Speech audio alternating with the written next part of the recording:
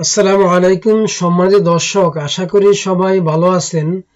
দেশে এবং প্রবাসে যে যেখান থেকে দেখছেন সকলের সুস্বাস্থ্য কামনা করে আজকের পর্বটি শুরু করছি। আমাদের আজকের পর্বের বিষয় বিএস বা বিআরএস খতিয়ান অনুযায়ী জমির মালিকানা দাবি করা কতটুকু যৌক্তিক। সাধারণত সরকার খতিয়ানের মাধ্যমে নিশ্চিত হয় কার কাছে সম্পত্তি রয়েছে, কতটুকু সম্পত্তি রয়েছে, সম্পত্তির প্রকৃতি কি, সম্পত্তিতে কত টাকা আপনাকে খাজনা দিতে হবে এবং আপনি কত টাকা খাজনা দিচ্ছেন। সরকার এই খতিয়ানের মাধ্যমে নিশ্চিত হয় জমিটি কার দখলে আছে। খতিয়ান হচ্ছে সরকারের খাজনা আদায়ের মাধ্যম। খতিয়ান দুই ধরনের হয়, একটি হচ্ছে রেকর্ডীয় খতিয়ান, আরেকটি হচ্ছে নামজারি খতিয়ান। সম্মানিত দর্শক, খতিয়ান হলো জরিপ বিভাগ কর্তৃক সরজমিনে আপনার জমিতে গিয়ে জমির মালিকানার বিবরণ ও নকশা তৈরি করে যে রেকর্ড প্রকাশ করা হয় তাকে মূলত খতিয়ান বলা হয়। আমাদের আজকের বিষয় হচ্ছে বিএস খতিয়ান অনুযায়ী জমির মালিকানা দাবি করা কতটুকু যৌক্তিক। তো এখন আমরা জানবো বিএস খতিয়ান কি। বিএস খতিয়ান 1998-99 সাল হতে বর্তমানে চলমান জরিপকে বিআরএস খতিয়ান বলা হয়। এটিকে ঢাকা সিটি এলাকায় ঢাকা সিটি জরিপ বলা হয়। নামজারি খতিয়ান সম্পর্কে আমরা জানবো।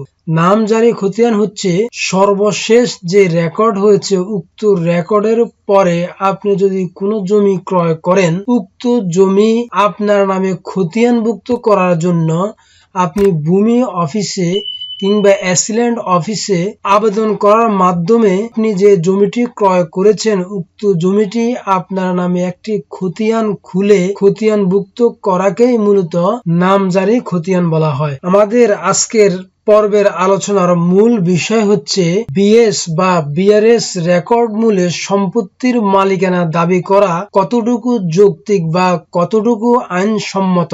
বিএস রেকর্ডে যদি ভুলবশত আপনার নামে জমি চলে আসে কিংবা অন্য কারো সম্পত্তি আপনার নামে বিএস রেকর্ড হয়ে গিয়ে থাকে, তাহলে আপনার কাছে যদি যথোপযুক্ত কোনো ডকুমেন্টস, কোনো দলিলপত্র না থাকে, তাহলে আপনি উক্ত জমিটির বিএস রেকর্ড অনুযায়ী মালিকানা দাবি করতে পারবেন না। আরেকটি বিষয় হচ্ছে আপনি বিএস রেকর্ড অনুযায়ী জমির মালিকানা দাবি করতে পারবেন যদি আপনি উক্ত সম্পত্তিটি আপনার পৈতৃক ওয়ারিশ সূত্রে মালিক হয়ে থাকেন এবং সিএস, এসএ, আরএস এবং এই বিআরএস পর্যন্ত সমস্ত খতিয়ান এবং কাগজপত্র যদি আপনার বাবা, আপনার দাদা এবং আপনার পূর্ববর্তী ওয়ারিশ এবং আপনার নামে হয়ে থাকে, তাহলে আপনি বিএস বা বিআরএস খতিয়ান অনুযায়ী আপনি সম্পত্তির মালিকানা দাবি করতে পারেন। এখানে আরেকটি বিষয় হচ্ছে, যখন একটি রেকর্ড হয়, রেকর্ড করার সময় যখন কোনো সম্পত্তি কোনো ব্যক্তির নামে রেকর্ডভুক্ত করা হয়, তখন কিন্তু উক্ত জমির মালিকানা সংক্রান্ত বিষয়ে সকল ডকুমেন্টস বা কাগজপত্র আপনাকে রেকর্ড করার সময় রেকর্ড অফিসারের নিকট আপনাকে জমা দিতে হয়। তখন আপনার কাগজপত্র যাচাই বাছাই করে যদি দেখে যে আপনার জমিটি আপনার নামে কাগজপত্র ঠিক আছে, তাহলে আপনি বিএস রেকর্ডের মালিক হলে জমির মালিকানা দাবি করা যৌক্তিক।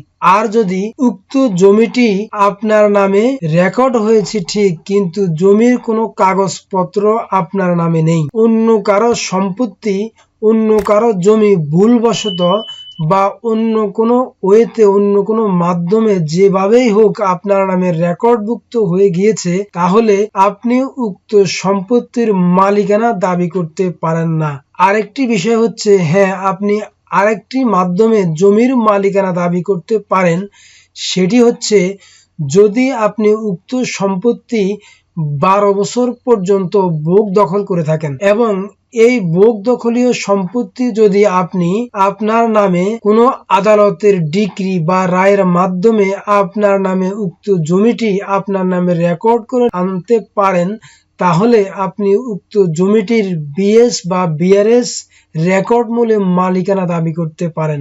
আরেকটি বিষয় আপনাদেরকে ক্লিয়ার করে দিচ্ছি, সেটি হচ্ছে আগের যে আইন ছিল সেই আইন অনুযায়ী, তামাদি আইনের 28 ধারা অনুযায়ী কোনো ব্যক্তি যদি কোনো সম্পত্তি নিরবিচ্ছিন্নভাবে এবং শান্তিপূর্ণভাবে কোনো প্রকার বাধা ব্যতীত একটানা বা একাধারে 12 বছর দখল করে থাকে, তাহলে উক্ত ব্যক্তি দখল সূত্রে উক্ত সম্পত্তির মালিকানা দাবি করতে পারে এবং উক্ত সম্পত্তি উক্ত দখল সূত্রে মালিকানা দাবি করে তখন আদালতের নিকট উক্ত সম্পত্তি সে ভোগ দখলে মালিক এই সূত্রে একটি ডকুমেন্টস দেখিয়ে আদালতের মাধ্যমে ডিক্রি নিয়ে এবং আদালত যদি সন্তুষ্ট হয় এবং তদন্ত রিপোর্টে যদি পায় যে সম্পত্তি আপনি নিরবিচ্ছিন্নভাবে কোনো প্রকার বাধা ছাড়া 12 বছর ভোগ দখল করে আসছেন, তাহলে উক্ত সম্পত্তি আপনাকে আদালত যদি ডিক্রি দিয়ে দেয়, তাহলে আপনি বিএস রেকর্ডভুক্ত করে উক্ত সম্পত্তির মালিকানা দাবি করতে পারেন। অন্যথায় যদি ভুল ক্রমে অন্য কোনো ব্যক্তির সম্পত্তি আপনার নামে রেকর্ডভুক্ত হয়ে থাকে, তাহলে উক্ত সম্পত্তির মালিকানা আপনি দাবি করতে পারবেন না।